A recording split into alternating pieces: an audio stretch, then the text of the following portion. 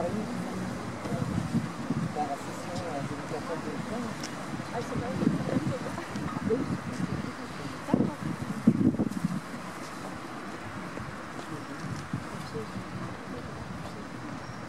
courage, c'est bien.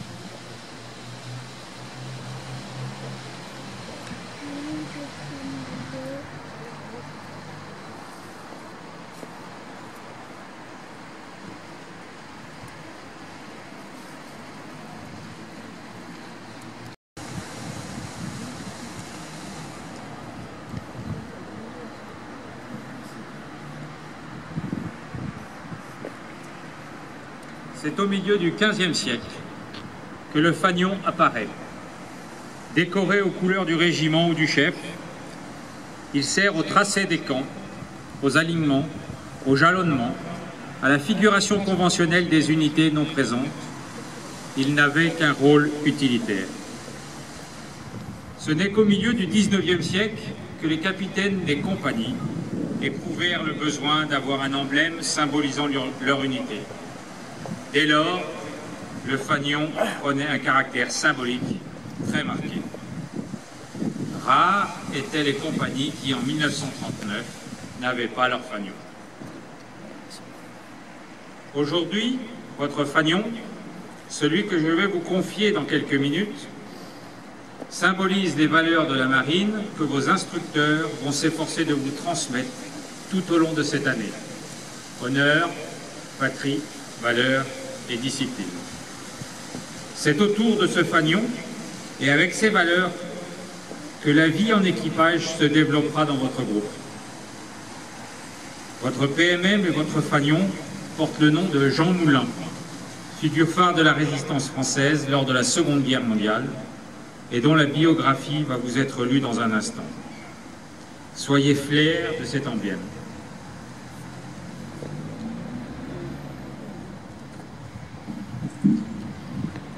Qui était Jean Moulin? Né à Béziers le 20 juin 1899, Jean Moulin fait une carrière administrative comme haut fonctionnaire. Sous le Front populaire, il fait partie du cabinet de Jean-Pierre Cot, ministre de la guerre. Lorsque la guerre éclate, il est sous-préfet de l'Eure-et-Loir. En juin 1940, il mène ce qu'il appelle son premier combat en refusant de signer une déclaration imposée par un officier allemand. Menacé, il tente de se taillader la gorge. Révoqué par le gouvernement de Vichy, il noue des contacts avec des mouvements de résistance en formation. Il se rallie au général de Gaulle et rejoint la France libre à Londres. Le général le charge alors d'unifier les mouvements de résistance en France. Pour réaliser cette unité, Jean Moulin revient en France et fonde en mai 1943 le Conseil national de la résistance. Le 21 juin 1943, sans doute trahi, Jean Moulin est arrêté par la Gestapo à Caluire.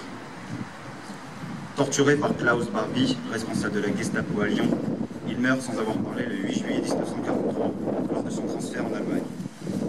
Les cendres de Jean Moulin reposent aujourd'hui au Panthéon.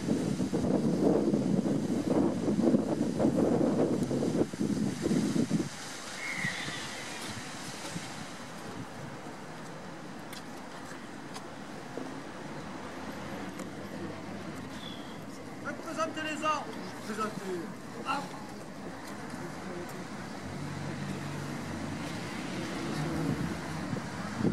Chef du fanion, sortez les rangs.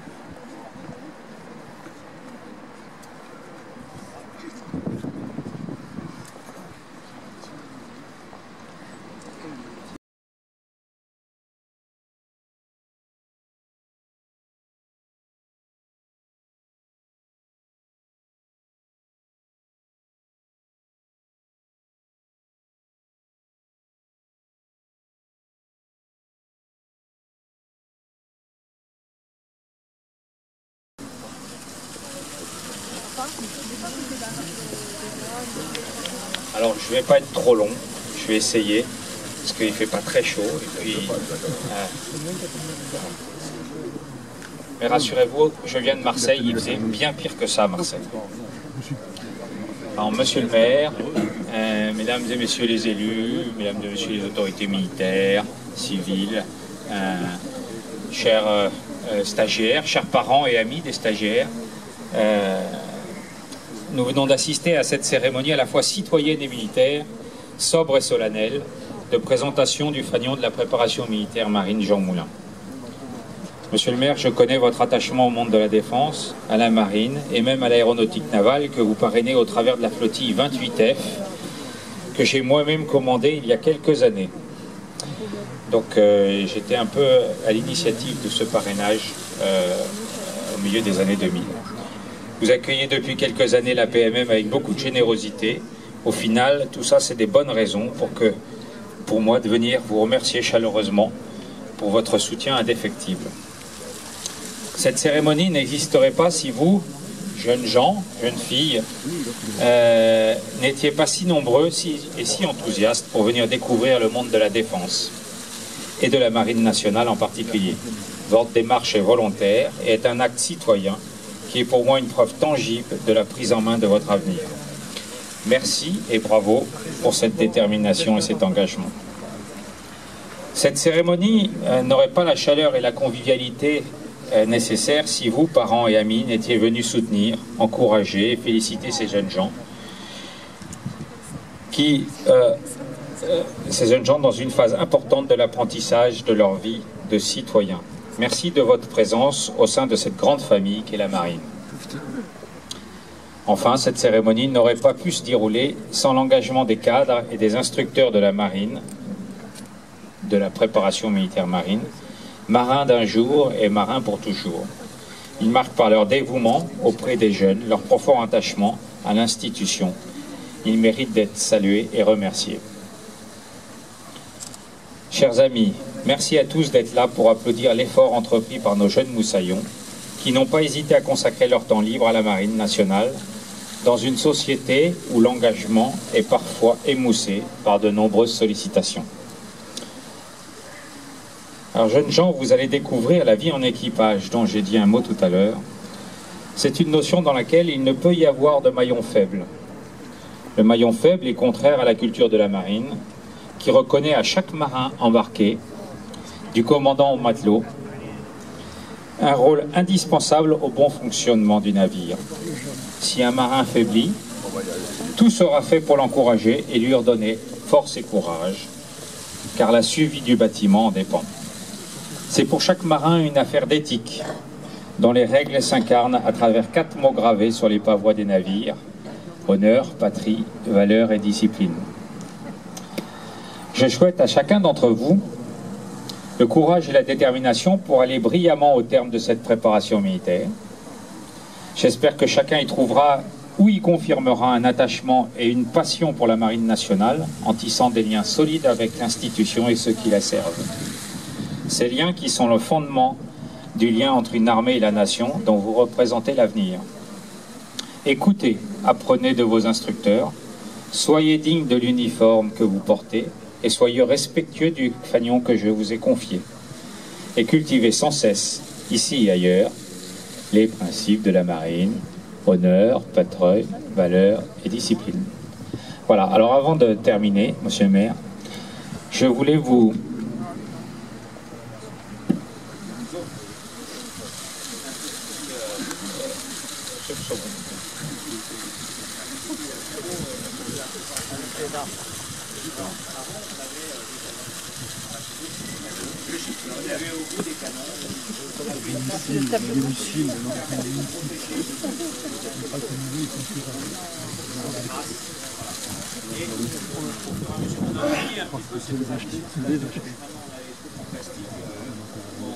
en liège assez moche. Alors on en a fait des je voulais vous confier celui de la préparation militaire marine qui représente un peu tous les symboles, le marin, magnifique, le marine, le corps. Merci à vous.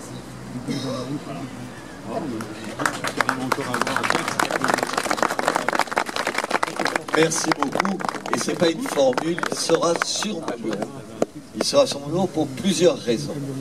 D'abord, permettez-moi d'avoir une pensée pour Marcel Arnaud. Tout à l'heure, je téléphonerai de notre part à son épouse et à son fils pour nous associer à leur peine.